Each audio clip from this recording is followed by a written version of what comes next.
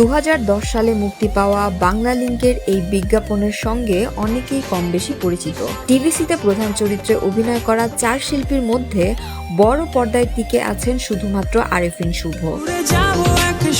কিন্তু যদি বলা হয় বিজ্ঞাপনটির পার্শ্ব চরিত্রে অভিনয় করা এক শিল্পী এখন ঢালিউডের অন্যতম বড় তারকা, তাহলে কি বিশ্বাস করবেন? বিজ্ঞাপনের শুরুতেই কমলা পাঞ্জাবি পরিহিত যার দিকে রং ছুড়ে মারা হয় তিনিই শরীফুল রাজ, বাংলাদেশের অন্যতম ভার্সেটাইল অভিনেতা।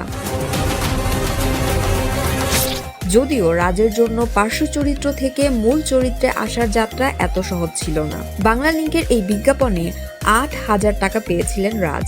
সেই সময় অঙ্কের দিক থেকে বড় হলেও আর্থিক সংকট কাটছিল না, তাই র্যাম্প আর বিভিন্ন পণ্যের স্থির চিত্রের মডেল হিসেবে ধীরে ধীরে নিয়মিত হতে থাকেন। তোমার সাথে আর হলো না দেখা। সেখান থেকেই রাজকে আবিষ্কার করেন পরিচালক রেদওয়ান রনি। তৈরি করেন পূর্ণদৈর্ঘ্য চলচ্চিত্র আইসক্রিম। ত্রিভুজ প্রেমের এই গল্পের মাধ্যমেই পা রাখেন ঢালিউডে। এর পরের 10 বছরে বড় পর্দায় 10টি চলচ্চিত্র উপহার দিয়েছেন রাজ।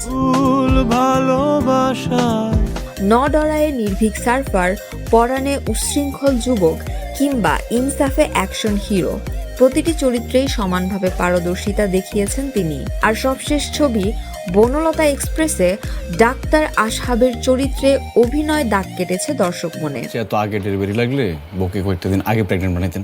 অর্থ সংকটে যিনি রাজধানী ছেড়ে যেতে বাধ্য হয়েছিল তিনি এখন মাতাচ্ছেন ঢাকাই সিনেমা। রাজের নামকরণের সার্থকতা সম্ভবত এটাই। তুমি ছিলে একটু বিলাস পারো মাসি ভাগু। ভিডিও ভালো লাগলে লাইক, কমেন্ট এবং শেয়ার করতে ভুলবেন না। আর এন্টারটেনমেন্ট নিয়ে এমন আরো ইন্টারেস্টিং কন্টেন্ট পেতে চ্যানেল ওয়াশিংটন বাংলা এন্টারটেনমেন্টে এক্ষুনি সাবস্ক্রাইব করুন। entertainment